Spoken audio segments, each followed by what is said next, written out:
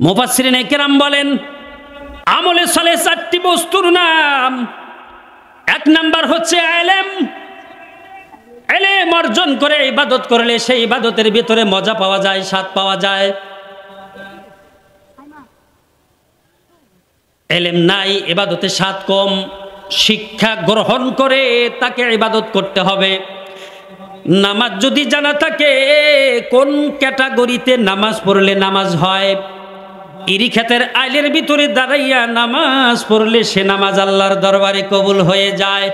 আর যদি ইলম জানা না থাকে, নামাজ যদি আমার জানা না থাকে, কেমনে পড়তে হয়, কিভাবে পড়তে হয়, কোন ক্যাটাগরিতে নামাজ পড়লে আল্লাহ তাআলা কবুল করবে আমার জানা নাই, কাবা শরীফের সামনে গিয়ে নামাজ পড়লেও সে নামাজ আল্লাহর দরবারে কবুল হয় না।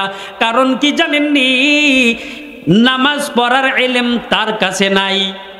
দরকার ঠিক না? এজন্য ইলমের গুরুত্ব। ইলম যার ভিতরে আছে তার আমলে সালেহ সঠিক হবে, সুন্দর হবে। সেই আমল, সেই ইলম আজকে দারুস সুন্নাহ মাদ্রাসায় প্রদান করা হয়। এই আয়াতকে সামনে রেখে সংক্ষিপ্ত পরিসরে আয়াতটির তাফসীর করার চেষ্টা করব। আল্লাহ পাক আমাকে বলার এবং আপনাদেরকে ধৈর্য সহকারে শ্রবণ করার তৌফিক দান করেন। সকলেই বলুন আমিন। এই আয়াতের ভেতরে রাব্বুল আলামিন ঈমানদারদেরকে জান্নাতের খুশখবরি দান করেছেন,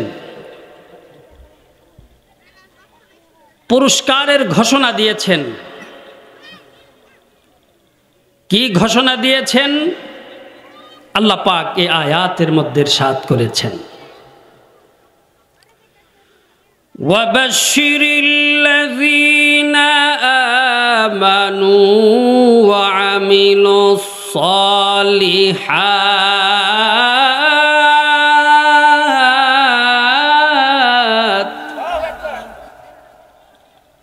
রাসূলকে সম্বোধন করে আল্লাহ পাক বলছেন, নবী যে নবী হে আমার,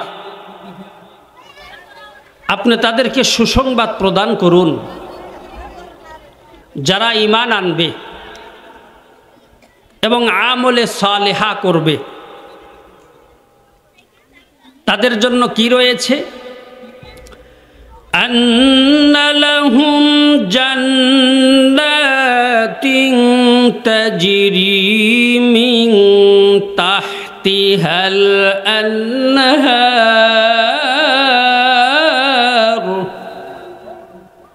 নিশ্চয় তাদের জন্য রয়েছে জান্নাত, যেই জান্নাতের তলদেশ দিয়ে প্রবাহিত হয়েছে নহর। চিল্লায় কোন সুবহানাল্লাহ। এই ছেলেরা, তোমরা একটা কথাও বলবা না।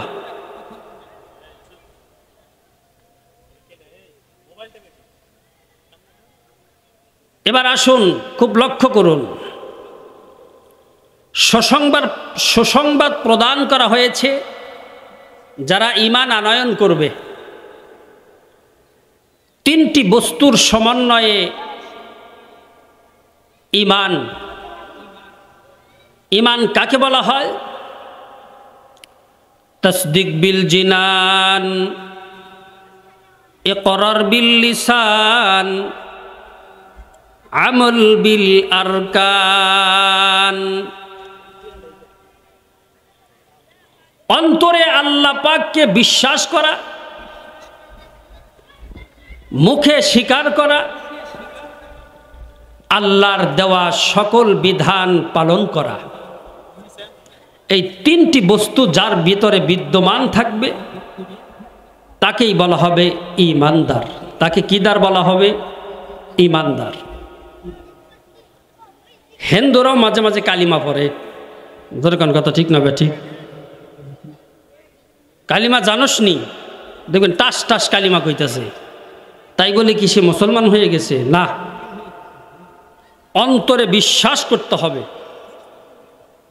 অন্তরে কি করতে হবে? জবানে স্বীকার করতে হবে যে আল্লাহ এক। পৃথিবীতে যত নবী পয়গাম্বার আল্লাহ পাক প্রেরণ করেছেন সব নবীগণ সত্য, একজন নবীও মিথ্যা না। আল্লাহ পাকের দেওয়া যত বিধান আছে এগুলোর উপরে আমল করতে হবে। এই তিনটি গুণ যার ভিতরে পাওয়া যাবে তাকে কি দার বলা হবে? ইমানদার। পৃথিবীতে বহু দ্বার আছে, বহু দ্বার, চৌকিদার, দফাদার, সর্দার, কাশির দ্বার, বটির দ্বার, এগুলো তো দ্বার। যেরকম কথা ঠিক না ঠিক? এই দ্বারের কোনো মূল্য নাই আল্লাহর কাছে। মূল্য কার? ইমানদারের দ্বার। ইমানদার এই দ্বার আল্লাহর কাছে সবচাইতে দামি। জোরে কোন সুবহানাল্লাহ।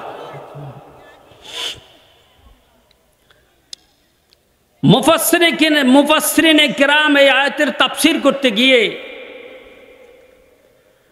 ওয়ামিলুস সালিহাত, আমলে সালেহ কি, তাফসীরকারগণ বলেছেন যার কাজে চারটি বিষয় পাওয়া যাবে তাকে আমলে সালেহ বলা হবে। জোরে কোন সুবহানাল্লাহ। যেই কাজের ভিতরে, যার আমলের ভিতরে চারটি বিষয় পাওয়া যাবে, চারটি আমল পাওয়া যাবে, তাকে কি বলা হবে? আমলে সালেহ। এটা মুফাসসিরদের মতামত। এক নম্বরে ইলম। ইলম যার ভিতরে আছে, ইলমওয়ালা মানুষকে আল্লাহ রাব্বুল আলামিন বড় ভালোবাসেন। ইলম ছাড়া আল্লাহকে বোঝা যায় না, ইলম ছাড়া আল্লাহকে পাওয়া বড় কঠিন। আদম সন্তানের ভিতরে ইলম থাকার কারণে ফেরেশতাদের চেয়েও বেশি দামি আল্লাহ পাক আদম জাতিকে করে দিয়েছেন। জোরে কোন সুবহানাল্লাহ। তাহলে এক নাম্বার আমলে সালেহ। মুফাসসিরিনে কিরাম বলেন ইলম, ইলম ছাড়া আমলে সালেহ করা কঠিন। জোরে কোন কথা ঠিক না ঠিক? ইলম নাই আমল করব কি? এজন্য আলেমের গম জাহেলের ইবাদত সমান। আলেমের গম জাহেলের ইবাদত। আয় মন্তব্য, খালি ঘুমায় ইমাম সাহেবরা, খালি ঘুমায়, খায় আর ঘুমায়। এরকম মুসল্লি আছে না নাই? আরে মিয়া, আল্লাহ পাক যাকে ইলম দান করছে, ইলমের বরকতে আল্লাহ পাক তাকে ফেরেশতাদের চেয়েও বেশি সম্মানিত করেছেন। ইলম ছাড়া ইবাদত করা যায় না। আর ইবাদত করলেও সন্দেহান কবুল হইব কিনা জানা নাই। যেরকম কথা ঠিক না?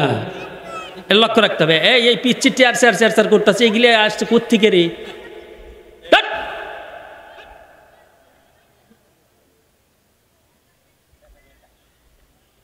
তাহলে এক নম্বর আমলে সালেহা কি? ইলম। ইলমকে বলা হয় আমলে সালেহা। ইলম থাকলে আমল করা যায়। যেরকম ঠিক না? ইলমেরা হারগিজ নায়াবি। মাদ্রাসার ছাত্রদের ক্ষেত্রে ইলম শিক্ষার গুরুত্ব নিয়ে কবিতা আছে যে ইলম যদি অর্জন করতে চাও উস্তাদের খেদমত করো। উস্তাদের যদি খেদমত করতে পারো তাহলে ইলম আল্লাহ পাক তোমার অন্তরের ভিতরে ঢেলে দিবে। মুসল্লি ইলম শিখতে চাও, ইমাম সাহেবের খেদমত করো, সেবা করো, যত্ন করো। তার নেক নজর যখন মুসল্লির উপরে পড়বে আল্লাহ রাব্বুল আলামিন অজানা জ্ঞান তাকে দান করবে। সুবহানাল্লাহ বলেন। মুফাসসিরিনে কিরাম বলেন আমলে সালেহ চারটি বস্তুর নাম। এক নাম্বার হচ্ছে ইলম। ইলম অর্জন করে ইবাদত করলে সেই ইবাদতের ভিতরে মজা পাওয়া যায়, স্বাদ পাওয়া যায়। ইলম নাই, ইবাদতে স্বাদ কম। শিক্ষা গ্রহণ করে তাকে ইবাদত করতে হবে। নামাজ যদি জানা থাকে কোন ক্যাটাগরিতে নামাজ পড়লে নামাজ হয়, ইরি ক্ষেতের আইলের ভিতরে দাঁড়াইয়া নামাজ পড়লে সে নামাজ আল্লাহর দরবারে কবুল হয়ে যায়। আর যদি ইলম জানা না থাকে, নামাজ যদি আমার জানা না থাকে, কেমনে পড়তে হয়, কিভাবে পড়তে হয়, কোন ক্যাটাগরিতে নামাজ পড়লে আল্লাহ তাআলা কবুল করবে আমার জানা নাই। কাবা শরীফের সামনে গিয়ে নামাজ পড়লেও সে নামাজ আল্লাহর দরবারে কবুল হয় না। কারণ কি জানেননি? নামাজ পড়ার ইলম তার কাছে নাই। দরকার ঠিক না? এজন্য ইলমের গুরুত্ব, ইলম যার ভিতরে আছে তার আমলে সালেহ সঠিক হবে, সুন্দর হবে। সেই আমল, সেই ইলম আজকে দারুস সুন্নাহ মাদ্রাসায় প্রদান করা হয়। কারণ আলহামদুলিল্লাহ, সময় যেহেতু সংক্ষেপ, এই আয়াতের তাফসীর অনেক লম্বা। 2 নম্বরে হলো সবর। ইবাদত করতে গেলে সবর থাকতে হবে, সবর, ধৈর্য থাকতে হবে। ইবাদত করতে গিয়ে যে কোনো ইবাদত করেন না কেন আপনার ভিতরে সবর নাই, তাহলে ইবাদত বিশুদ্ধ হবে না। সবর ধারণ করতে হবে, কারণ সবরকারীর সাথে মহান আল্লাহ সর্বক্ষণ থাকে। আল্লাহ কোরআনে বলছে, ইন্নাল্লাহা মা'আস সাবিরিন,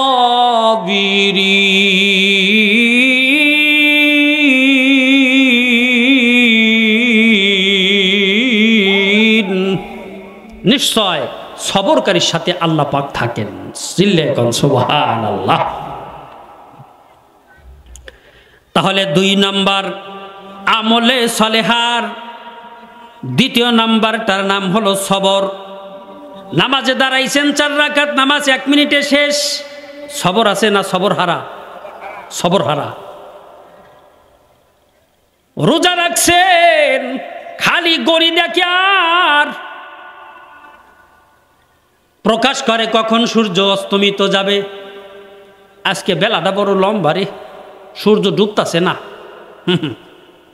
রোজা রাখি যেদিন সেদিন অনেক দিনটা বড় হয়ে যায়, সবর হারা হইতেছে। যেরকম ঠিক না ঠিক?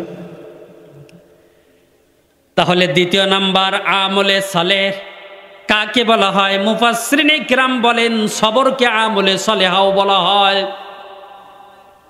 যে কোনো ইবাদত করবা তো সবর নিয়া করবা, ধৈর্য নিয়া করবা, কারণ ধৈর্যকারীর সাথে আল্লাহ থাকে। ধৈর্যের সাথে যখন ইবাদত করবা ওই ইবাদত আল্লাহর কাছে কবুল আর মঞ্জুর হয়ে যাবে। জোরে কোন সুবহানাল্লাহ। কয় নাম্বার গেল? 2 নাম্বার। 3 নম্বরে আমলে সালেহ নিয়ত বিশুদ্ধ করতে হবে। কোরবানি দিচ্ছেন তো নিয়ত সহি নাই, মানুষকে দেখানোর জন্য লক্ষ টাকা দিয়া পশু ক্রয় করে নিয়ে এসেছেন, তাহলে গরু জবেহ করাটা, কুরবানি করাটা আমলে সালেহ কিনা বলেন? শতামল কিনা? শতামল, কিন্তু নিয়ত সহি নাই। কুরবানি কিন্তু হয়ে গেছে, গোশত খাওয়াও হয়ে গেছে, এই আমল কি আল্লাহর কাছে কবুল হবে? কবুল হবে না, কারণ নিয়ত ঠিক নাই। মুফাসসিরিনে কিরাম বলেন আমলে সালেহের ভিতরে সহি নিয়ত থাকতে হবে, বিশুদ্ধ নিয়ত থাকতে হবে। ক্বালা রাসূলুল্লাহ সাল্লাল্লাহু আলাইহি ওয়াসাল্লাম ইন্নামাল আ'মালু বিন্নিয়াত, প্রত্যেকটি আমল নির্ভর করে তার নিয়তের উপরে।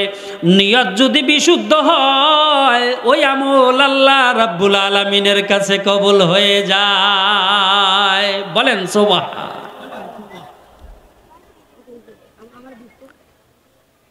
নিয়তের উপরে নির্ভরশীল।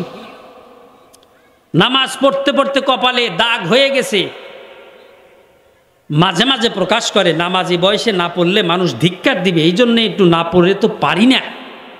নিয়ত সহি না গলত? গলত। আদনার চেয়ে একবারে আলা তবকার ইবাদত,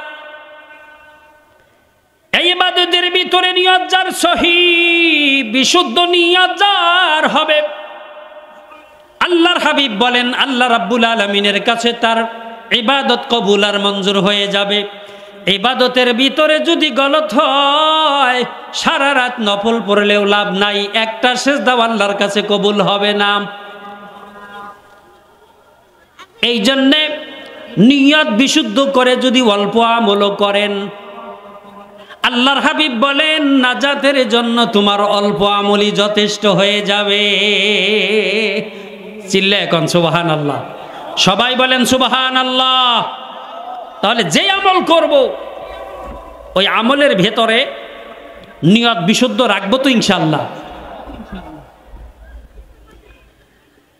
4 নম্বরে আন্তরিকতা।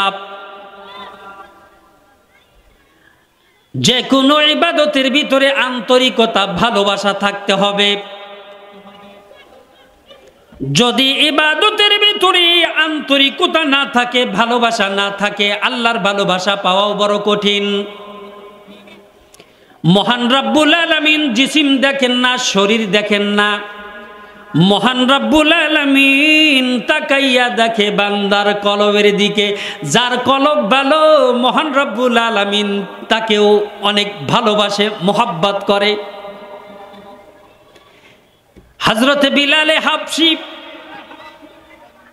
পৃথিবীতে 3 জন কালোকে আল্লাহ খুব গভীর থেকে গভীরভাবে ভালোবেসেছিলেন, মোহাব্বত করেছিলেন। মানুষ কিন্তু কালো, আরবের লোকেরা বেদিনেরা কালো কাউয়া বলে তাদেরকে সম্বোধন করত। তার মধ্যে একজন হযরতে বিলালে হাবশী। বিলালে হাবশী মানুষ কালো কিন্তু অন্তর পরিষ্কার। যে আমল করত আন্তরিকতার সাথে হযরতে বিলালে হাবশী ইবাদত করত, ভালোবাসা নিয়ে ইবাদত করত, আর মনে মনে বলতো ইবাদতের ভিতরে এত মজা, এত স্বাদ, এত ভালো লাগে। সাহাবায়ে আজমাইন নামাজে দাঁড়াইছে তো পাখি এসে মাথার উপরে দাঁড়িয়ে গেছে, কোনো খবর নাই, টেরও পায় না, বা পাখি তার মাথার উপরে দাঁড়ায় গেছে। ইবাদতের ভিতরে আন্তরিকতা, জোরে কান ঠিক না বেঠিক? আর আমরা একটা মশাই কামড় দিলে হাত ছাইড়ে দিয়ে আগে হেঁটে পিটে লই, জোরে কান ঠিক না বেঠিক? নামাজ ছেড়ে দিয়ে আবার কেউ আবার একটু আওয়াজও করে, জোরে কান ঠিক না বেঠিক? আন্তরিকতা নাই। হযরতে বিলালে হাবশী একজন গোলাম, তার ইবাদত বন্দিগির ভিতরে এত পরিমাণ আন্তরিকতা ছিল, ভালোবাসা ছিল যে বেলালের আজান আল্লাহ রাব্বুল আলামিনের আরশ পর্যন্ত পৌঁছে যাইত। জোরে কোন সুবহানাল্লাহ।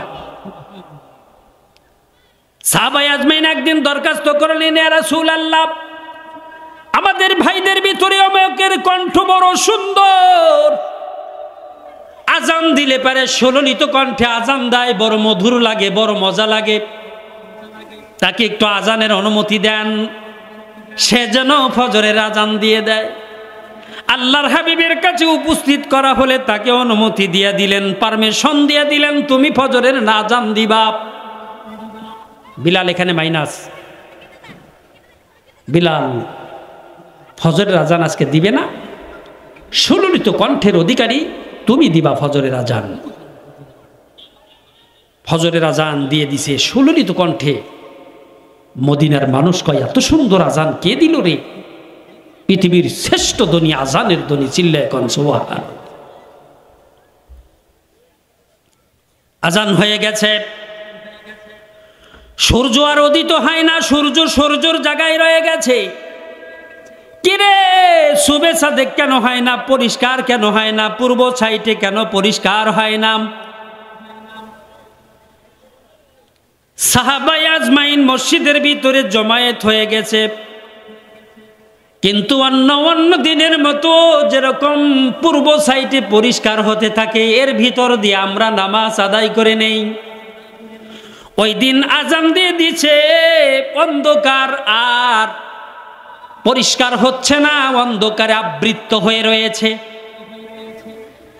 জিবরাইল আমিন চলে এসেছে, ইয়া রাসূলুল্লাহ, ইয়া হাবিবাল্লাহ, আল্লাহর নবী গো, আজকে কে আজান দিয়েছে? আল্লাহর হাবিব বলেন অমুক সাহাবী সুললিত কণ্ঠে আজান দিয়েছে। নবীজি গো তাড়াতাড়ি করে বিলালকে আজান দিতে বলেন। বিলাল যদি আজান না দেয় কিয়ামত হয়ে যাবে, তো সূর্য উঠবে না। বিলাল কই রে আয়। মধুর সুরে বিলাল আজান ফুকারে, সবার চাইতে ভালোবাসতেন বিলালকে, সবার চাইতে ভালোবাসতেন বিলালকে। চিল্লা এখন মারহাবা। বিলালকে দিয়ে আবার আজান দেওয়া হলো। আজান দেওয়ার পর সূর্য অন্যান্য দিনের মতো পরিষ্কার হওয়া আরম্ভ হয়ে গেল। চিল্লা এখন সুবহানাল্লাহ। আমার দিকে তাকান। তাহলে ইবাদতের ভিতরে আন্তরিকতা থাকতে হবে। বিলালের যেরকম ইবাদতের ভিতরে আন্তরিকতা ছিল, এরকম প্রত্যেকটা মুসল্লির ভিতরে ইবাদতের আন্তরিকতা না থাকলে ওই ইবাদত আল্লাহ তাআলা ভালোবাসে না। মুফাসসিরিনে কেরাম বলেন এই চারটি বস্তু, চারটি আমল যার ভিতরে থাকবে, ওই চারটি বস্তুকে আমলে সালেহ বলা হবে। চিল্লায়ে এখন সুবহানাল্লাহ। আবু হুরায়রা থেকে একটি হাদিস আছে। আল্লাহর রাসূলের সাহাবী হযরতে আবু হুরায়রা বলেন আমি রাসূল করিম সাল্লাল্লাহু আলাইহি ওয়াসাল্লামকে জিজ্ঞাসা করেছিলাম, তাফসীরের কিতাবের ভিতরে লিখেছেন আবু বকর হযরতে আবু হুরায়রা আল্লাহর রাসূলকে জিজ্ঞাসা করলেন, ইয়া রাসূলুল্লাহ ইয়া হাবিবাল্লাহ, আমলে সালেহ কোন জিনিস? আমলে সালেহ কাকে বলা হয়? আল্লাহর হাবিব সাল্লাল্লাহু আলাইহি ওয়াসাল্লাম বললেন, রে আবু হুরায়রা, যার ভিতরে 5টি আমল পাওয়া যাবে রে, ওই 5টি আমলকে আমলে সালেহ বলা হয়। মুফাসসিরিনে কেরাম তাফসীরের কিতাবের ভিতরে লিখেছেন 5টি আমল যার ভিতরে পাওয়া যাবে ওই আমলকে আমলে সালেহ বলা হবে। 1 নাম্বার, আল্লাহ রাব্বুল আলামিনের বন্দেগী করতে হবে। মনোযোগ আছে তো আপনাদের? চিল্লাইতেছি যে মনোযোগ আছে তো নাকি? ইনশাআল্লাহ। কথা কই কিরা রে? এই তিনটারে থামান। আমার এই এলাকায় দাওয়াত দেন না হুজুররা, আমার দাওয়াতের অভাব নাই। কোরআন হাদিস থেকে কথা বলি, তাফসীর গবেষণা করে কথা বলি, একটা কথা বানায়া বলি না। দাম আছে, 1 ঘন্টা ওয়াজ করে 15-20 হাজার অটো দিয়ে দেয়, আমারে দেয় না, আমার বয়ানরে দেয়। ধরেন কথা ঠিক না বে? ঠিক কথা চলবে না, একদম ডিস্টার্ব। নেতাকর্মী যারা আসছেন 15 মিনিট ওয়াজ শোনেন, এরপরে আপনাকে সময় দেওয়া হবে ইনশাআল্লাহ। কি কথা কি বেজার হইলেন? হ্যাঁ। আবু হুরায়রা ডাক দিয়া বলে, ইয়া রাসূলুল্লাহ, হুজুররা ওয়াজ করে আমলে সালেহ করো, আমলে সালেহ করো, কিন্তু আমলে সালেহ কি করব হুজুর? মাওয়া খাওয়ার নাম কি আমলে সালেহ? না না, আল্লাহর হাবিব বলেন বেশি বেশি বন্দেগী করো, এটা আমলে সালেহ। 1 শ্রেণীর মানুষ সমাজে আছে, নামাজ নাই, রোজা নাই, পাক পবিত্রতা নাই, শরীর দিয়া গান্ধী পোকার গন্ধ নামা তোরালি। সেও বলে নামাজ না পড়লে কি হবে? অন্তর ঠিক আছে, কলব ঠিক আছে, ইমান ঠিক আছে। যেরকম ঠিক না ভাই? ঠিক। এরকম লোক আছে না নাই? ভণ্ড। এগুলা কি? ভণ্ড। 1 নম্বরে আল্লাহর হাবিব আবু হুরায়রাকে ডাক দেয়া বলেন বেশি বেশি বন্দেগী করার নাম আমলে সালেহ। 2 নম্বরে আল্লাহর সাথে শিরিক করা যাবে না, শিরিক করা যাবে না। যতই আমল করো না কেন রে আবু হুরায়রা, যদি তোমার ভিতরে আল্লাহর সাথে শিরিক এইটা প্রমাণিত হয়, কারো ভিতরে যদি প্রমাণিত হয়, সমস্ত আমলগুলি বরবাদ হয়ে যায়, নষ্ট হয়ে যায়। আল্লাহর সাথে শিরিক না করাটাও হলো আমলে সালেহ। আল্লাহর সাথে শিরিক না করাটাও আমলে সালেহ। কারণ আল্লাহ পাক সমস্ত গুনাহ মাফ করে দিবেন, কিন্তু শিরিক মাফ করবেন না। তাহলে শিরিক বড় জুলুম। মনোযোগ সহকারে শুনে। 3 নম্বরে নামাজ কায়েম করো। নামাজ কায়েম করো, নামাজ প্রতিষ্ঠিত করো, নিজে নামাজ পড়ো, অন্যকে নামাজের অর্ডার দাও, এটা আমলে চলে। যার ভিতরে নামাজ আছে তার ভিতরে দিন আছে। যার নামাজ সুন্দর, নামাজটাকে একটা নুরানি করিয়া, নামাজটাকে একটা ফুটবলের মতো সুন্দর নূর দান করা হয়। এই নামাজটা হাসতে হাসতে আল্লাহ রাব্বুল আলামিনের দিকে যাইতে থাকে, ডাইরেক্ট যা মহান আল্লাহর কাছে হাজিরা দিয়ে দেয়। আর যার নামাজ সুন্দর না, হাদিসে আসছে তার নামাজটাকে পুরাতন কাপড়ের মতো পেছাইয়া ফেরেশতারা তার মুখের মধ্যে নিক্ষেপ করে। এই জন্য নামাজকে আমরা ভালো করে পড়বো, নাকি আল্লাহ সুন্দর রূপে নামাজ পড়ার তৌফিক দান করেন। কয় নাম্বার বলছি? 3 নাম্বার। 4 নাম্বার, আবু হুরায়রা, যার ভিতরে যাকাত আদায় করার গুণ পাওয়া যাবে সে আমলে সালেহ করে, এটাও আমলে সালেহা। যাকাত আদায় করো, যাকাত আদায় করলে তোমার সম্পদ কোনোদিন কমবে না, সম্পদের ভিতরে, মালের ভিতরে আল্লাহ বরকত দান করবে। কিন্তু আমরা যাকাত আদায় করতে গেলে গুড়িমুষি করি, যারা কান ঠিক না? যাকাতের মাল, যাকাত যারা আদায় করবে, পানিতে নষ্ট হবে না, আগুনে পুড়বে না, পৃথিবীর কোনো মানুষ আত্মসাৎ করতে পারবে না। চিল্লায়ে এখন সুবহানাল্লাহ। এটার দায়িত্ব কে নিবে? চিল্লায়ে বলুন, কে নিবে? আল্লাহ নিবেন। এই জন্য আল্লাহর রাসূল বললেন 4 নম্বরে যাকাত আদায় করো, এটা আমলে সালেহা। 5 নম্বরে রমজান মাসের রোজা পালন করো। রমজান মাসের রোজা পালন করো, এটা আমলে সালেহা। আমলে সালেহা, এই গুণাবলী যার ভিতরে পাওয়া যাবে রে, আল্লাহর হাবিব বলেন সেই ব্যক্তি হলো সালেহ। সেই ব্যক্তি কি? সালেহ, মানে ভালো, আল্লাহর কাছে সে মানে সালেহ, নেককার। তাদের জন্যই আল্লাহ কি দিবে? উপরে মুফাসসিরিন ইকরামের 4টি মত আমলে সালেহ।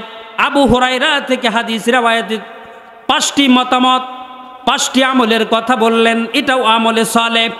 এই গুণাবলী যার ভিতরে থাকবে, আল্লাহ বলেন আন্না লাহুম জান্নাতিন তাজরি মিন তাহতিহাল আনহার।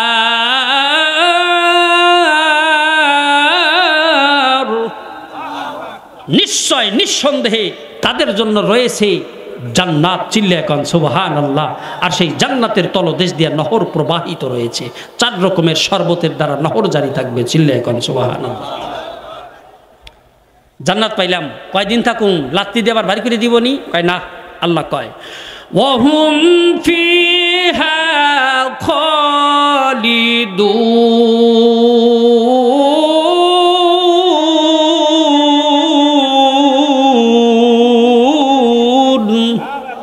সেই জান্নাতের ভিতরে অনন্ত অসীম কাল থাকবা।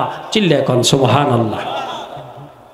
যারা জান্নাত পাবে, ওই জান্নাতের ভিতরে যারা বসবাস করবে, জান্নাতের চেয়েও 4টি জিনিসকে আল্লাহ পাক দামি করে সৃষ্টি করেছেন, জান্নাতের চেয়েও দামি। চিল্লায়ে এখন সুবহানাল্লাহ। এই হুজুররা, আমার সময় কি শেষ? আলহামদুলিল্লাহ। সম্মানিত ভাইরা, তাহলে আল্লাহ রাব্বুল আলামিন জান্নাতের চেয়ে 4টি জিনিসকে উন্নত করে দামি করে সৃষ্টি করেছেন। ওই যে জান্নাতে যে আমরা সারা জীবন থাকবো, অনন্তকাল থাকবো, খালি এখন তো আপনার প্রশ্ন আসবে যে আল্লাহ এই জান্নাতিকে আমাদের কাছে সবচাইতে দামি না, এর চেয়ে আরো দামি করে কোনো জিনিস সৃষ্টি করেছো? মুফাসসিরিন কিরাম তাফসীরের কিতাবের ভিতরে লেখেন যে হ্যাঁ, আল্লাহ রাব্বুল আলামিন ইমানদারের জন্য 4টি বস্তু সৃষ্টি করেছেন যেটা জান্নাত থেকেও দামি।